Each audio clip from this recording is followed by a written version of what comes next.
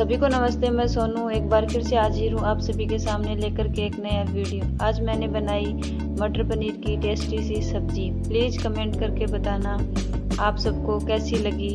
Video को like करना, subscribe करना। Thank you.